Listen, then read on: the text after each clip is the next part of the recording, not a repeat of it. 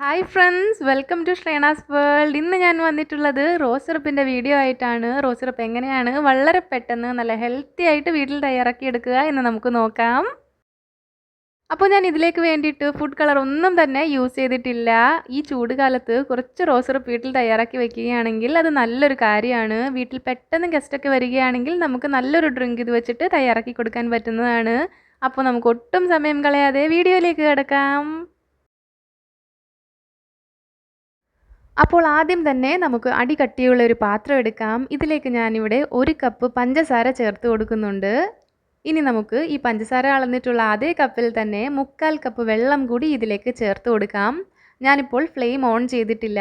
ഇനി ചേർക്കുന്നത് 2 നുള്ളു ഉപ്പാണ്. ഈ മധുരം ഒന്ന് ബാലൻസ് ചെയ്യാൻ വേണ്ടിയിട്ടാണ് ഉപ്പ് ചേർക്കുന്നത്. ഇതിലേക്ക് ഒരു ഫ്ലേവറിന് വേണ്ടിയിട്ട് കുറച്ച് ഏലക്കാപ്പൊടി കൂടി ചേർത്ത് കൊടുക്കുന്നുണ്ട്.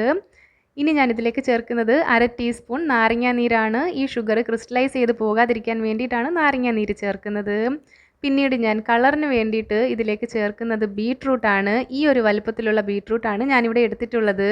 ഇത് നമുക്കൊന്ന് ഗ്രേറ്റ് ചെയ്ത് ചേർത്ത് കൊടുക്കാം. അങ്ങനെയാകുമ്പോൾ ബീട്രൂട്ടിൻ്റെ കളറ് നന്നായിട്ട് ഇറങ്ങി വരും. ബീട്രൂട്ട് ഗ്രേറ്റ് ചെയ്തത് കൂടി നമുക്കിതിലേക്കൊന്നങ്ങ് ചേർത്ത് കൊടുക്കാം.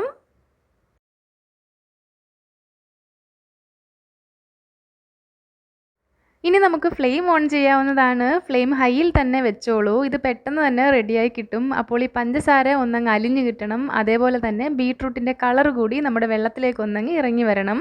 അപ്പോൾ ഞാൻ ഫ്ലെയിം ഹൈയിലാണ് വെച്ചിട്ടുള്ളത്. ഇത് നന്നായിട്ട് തിളച്ച് തുടങ്ങിയിട്ടുണ്ട്. കുറച്ച് സമയം കഴിയുമ്പോൾ ഇതേപോലെ പത വരാൻ തുടങ്ങും. ഈ സമയമാകുമ്പോൾ ഫ്ലെയിം മീഡിയത്തിലാക്കിക്കോളൂ.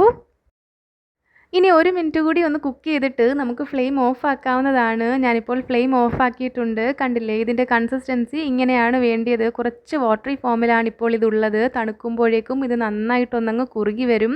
ഒരുപാട് കുറുകാൻ വേണ്ടിയിട്ട് ഈ സമയത്ത് നിൽക്കരുത്. അങ്ങനെയാകുമ്പോൾ നമ്മുടെ റോസ് സിറപ്പ് തണുക്കുമ്പോഴേക്കും ഒരുപാടങ്ങ് കട്ടിയായി പോകും.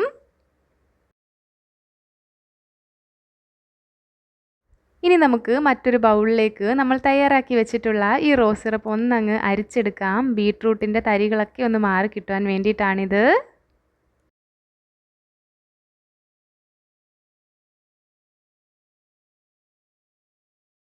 ഇതിപ്പോൾ ഞാനിവിടെ നന്നായിട്ടൊന്നങ്ങ് അരിച്ചെടുത്തിട്ടുണ്ട്. ഇനി ഇതിലേക്ക് ചേർക്കാൻ പോകുന്നത് റോസ് വാട്ടറാണ് നമ്മുടെ ഈ ഒരു റോസ് സിറപ്പിൻ്റെ മെയിൻ ഇൻഗ്രീഡിയൻറ്റ്. ഇതിലേക്ക് ഞാനിവിടെ 1/2 ടീസ്പൂൺ റോസ് വാട്ടർ ചേർത്ത് കൊടുക്കുന്നുണ്ട്. 1/2 ടീസ്പൂണിൽ കൂടുതൽ ചേർക്കേണ്ട ആവശ്യമില്ല.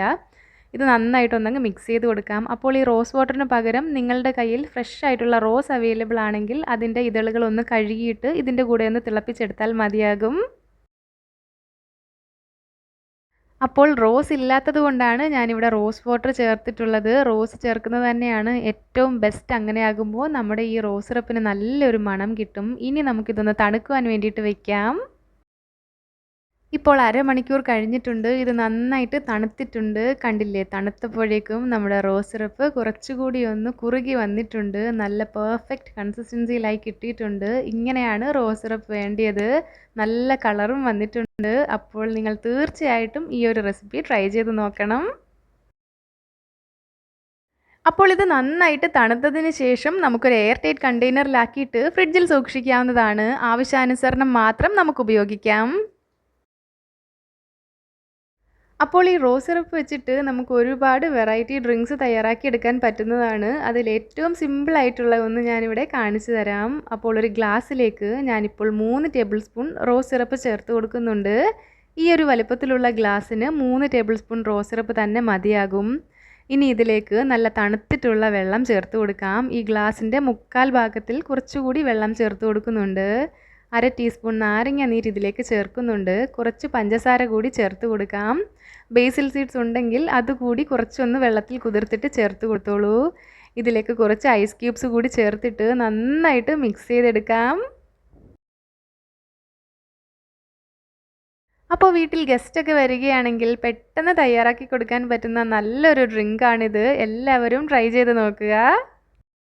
അപ്പോൾ ഇത്രയേ ഉള്ളൂ ഇന്നത്തെ വീഡിയോ. നിങ്ങൾക്ക് എല്ലാവർക്കും വീഡിയോ ഇഷ്ടപ്പെട്ട് കാണുമെന്ന് വിചാരിക്കുന്നു. അങ്ങനെയാണെങ്കിൽ വീഡിയോ ലൈക്ക് ചെയ്യാനും ഷെയർ ചെയ്യാനും മറക്കരുത്. അതേപോലെ നിങ്ങളുടെ അഭിപ്രായങ്ങൾ കമൻറ്റിലൂടെ എന്നെ അറിയിക്കാവുന്നതാണ്. താങ്ക്